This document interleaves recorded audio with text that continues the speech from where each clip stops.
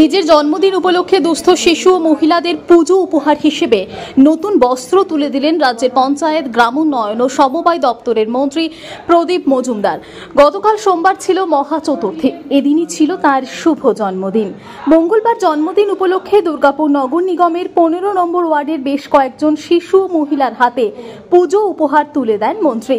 দুর্গাপুর 2 নম্বর block তৃণমূলের উদ্যোগে এই মানবিক কর্মসূচি হাতে নেওয়া হয় বলে সংগঠনের তরফে জানানো হয়েছে। মন্ত্রীর হাত থেকে শারদ উপহার পেয়ে শিশুদের মুখেও ফুটে ওঠে আনন্দের হাসি।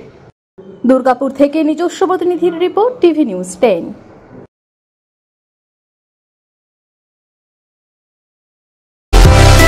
সুলভ সঠিক চিকিৎসার একমাত্র প্রতিষ্ঠান বিবেকানন্দ হসপিটাল।